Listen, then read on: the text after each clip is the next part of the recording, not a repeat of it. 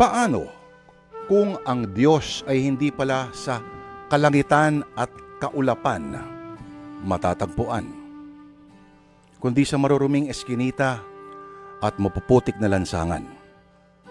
Nakaupo hindi sa tronong ginintuan sa liwanag na kaharian, kundi sa isang bangko sa nilalangaw na tambakan. Paano kung ang Diyos ay isa pala sa mga nag-aabang sa umaga ng sasakyan?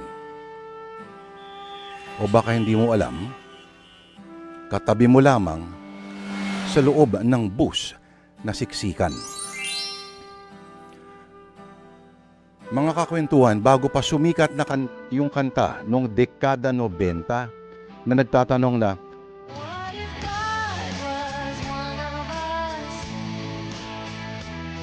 ang kaisipan na si Kristo ay araw-araw nating nakakasalamuha sa anyo ng pangkaraniwang nilalang, ang mismong nasa puso ng mga ebanghelyo.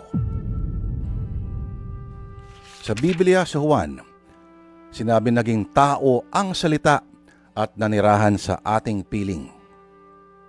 Sinulat naman sa Mateo, sapagkat ako'y nagugutom at ako'y inyong pinakain. Ako'y nauuhaw at ako'y inyong pinainom. Ako ay isang estranghero at inyong pinatuloy. Mga kapatid, ganyan ang gagawin ng isang pamilyang lugmok na sa hirap at mga problema, sa takot, sa kawalan ng pag-asa.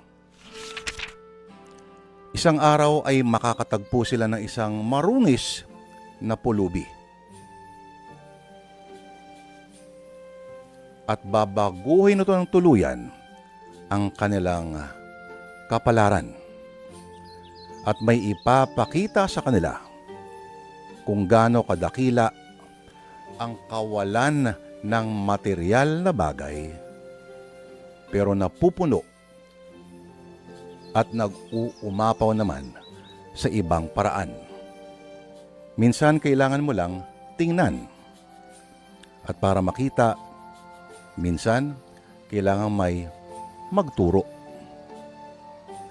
Kung ano ang ibig nating sabihin, mga kapatid, atin na pong simulan ang kwento natin sa Sana Lord na sinulat po ni Ginoong Krishna Senga na pinamagatang Pasok, Pulubi.